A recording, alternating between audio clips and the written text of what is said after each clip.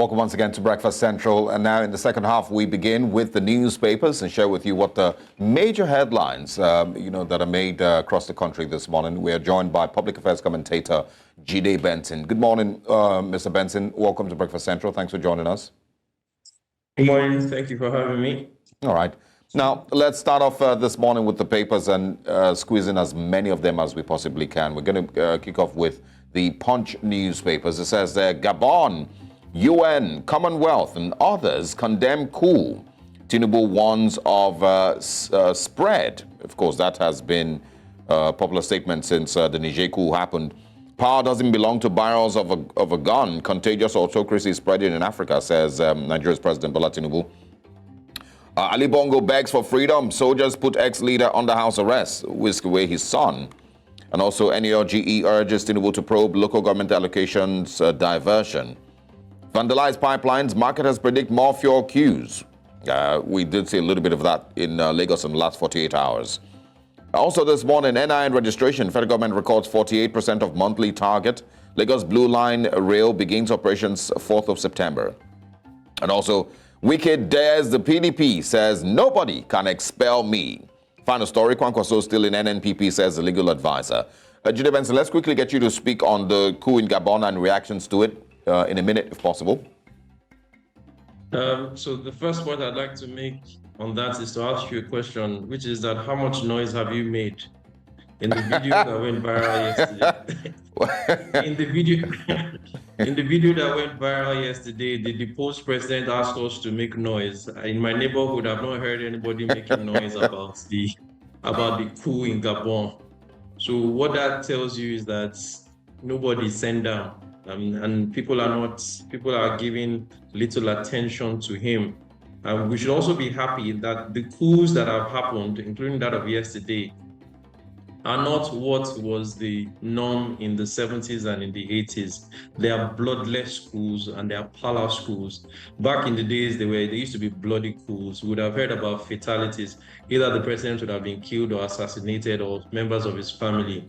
So we're in a new era of military coups, and most of them are palace coups. They are happening by people who are supposed to be presidential guards. But that's also scary because, for example, the Gabon coup now, it almost looks like nothing will be different with Gabon. It doesn't look very much like they're breaking away from any, French grip. It's basically, pretty much the same person who has been in power, for the last couple of decades, actually. His cousins with Ali Bongo, the person who's going to be taking over transitional government. So not very much is changing. Yeah, when such things happen, it's not an outsider that will come and make it happen. It's a first step. Yeah. If you look at the history of most of the coups that have happened, it is people that are close to the seat of power that make it happen. Thomas Sankara is an example, and several examples in Nigeria. The people that took out President General Buhari at that time were his lieutenants, Buhari. The people that wanted to take out Buhari were people who in some form were close to him, the Okas and Co. The people who took out Ernest Shonekan was his Minister of Defense at the time, General Abacha. So access is critical for people to be able to plan coups at that level.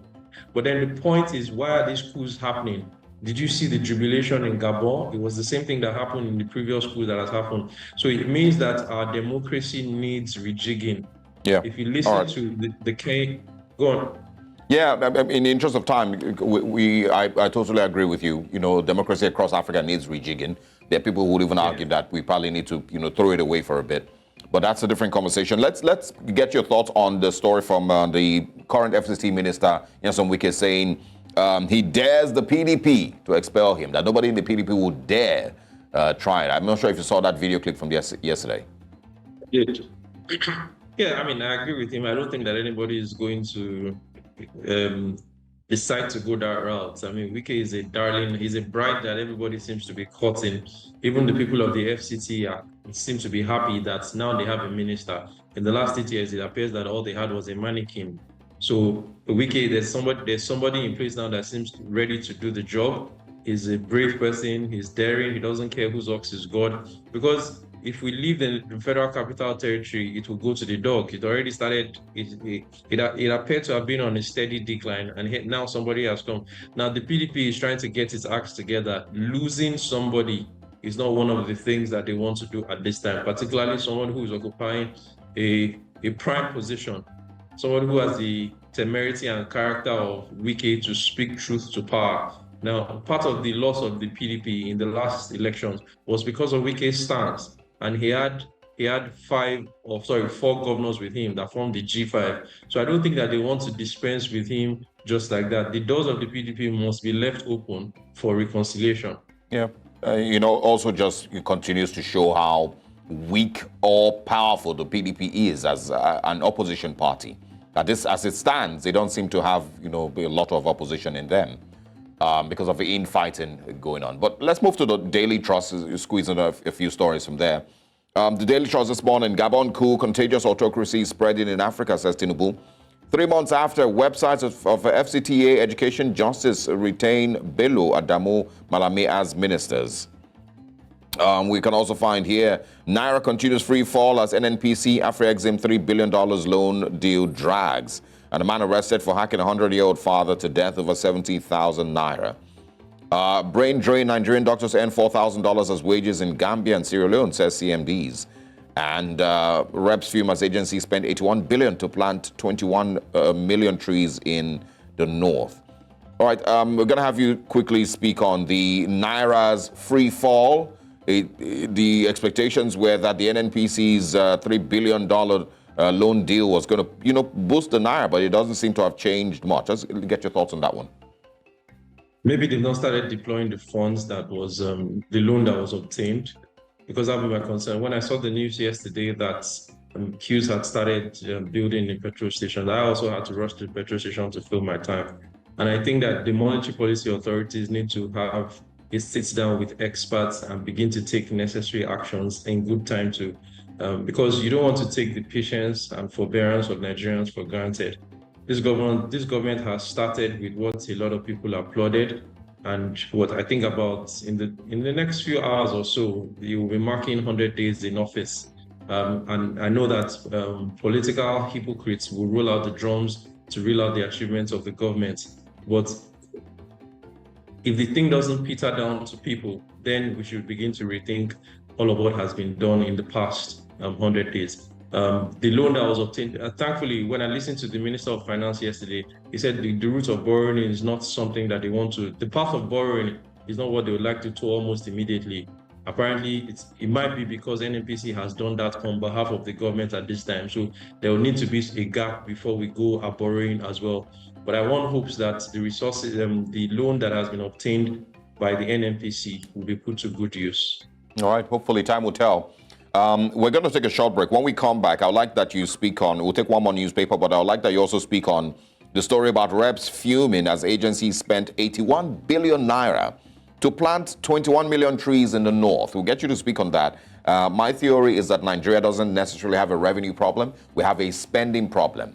And if we do not fix that, we'll continue to, of course, bleed out without anybody getting arrested and without us seeing value for the money that we make from oil. First, we have Judy Benson joining us this morning. Mr. Benson, let's get you to quickly speak on Nigeria's spending problem. It says here, reps fume as agencies spent 81 billion naira to plant 21 million trees in the north. Do you agree that our problem is how we spend money recklessly? I think it was General Yakubu Gowon that first said that Nigeria's problem is not money, but how to spend it. And a musician came around about a decade ago to say too much money. The problem is how to spend it. And we see this every day. And when the government or the people in government or in positions of authority ask the people to forbear, they never show that example. 81 billion to plant trees. Those trees are the trees of life. So we shouldn't question it too much. Now, we're not going to hear any of this. We're only going to hear this noise that they're making now because they probably didn't get their own share of the booty. It is unfortunate that we continue to hear of things like this. Every part of Nigeria is fertile. I'll say that again. Every part of Nigeria is fertile. These trees, in a matter of years, will be hacked down for different reasons, for construction purposes, for furniture purposes and all whatnot. So this investment is clearly a waste. But I think that those people who are making noise are doing so only because they didn't get the share of the booty. It's completely irresponsible. And if you were to try and do an investigation of how the money was spent, you don't be surprised to find out that a lot of it has gone into private pockets. Oh, absolutely. Nobody will be shocked. And just for clarity, the agency, I didn't even know this existed, is the National Agency for the Great Green Wall, NAGGW. Allegedly spent 81 billion. So there are several agencies that exist that we don't know that they exist. You only need to go to Abuja. They exist on paper. They have humongous budgets. They have official vehicles. They're occupying nice office accommodation. So they're just cost centers. They're not revenue centers for the government. There's allocation to these spaces in the budget of every year, and they sit down doing nothing. And they have to find a way to use those funds. So this is an example. All right. Julia Benson, that's all the time we have this morning. Thank you very much for stopping by and, of course, sharing your views on these stories. We'll be speaking with you again.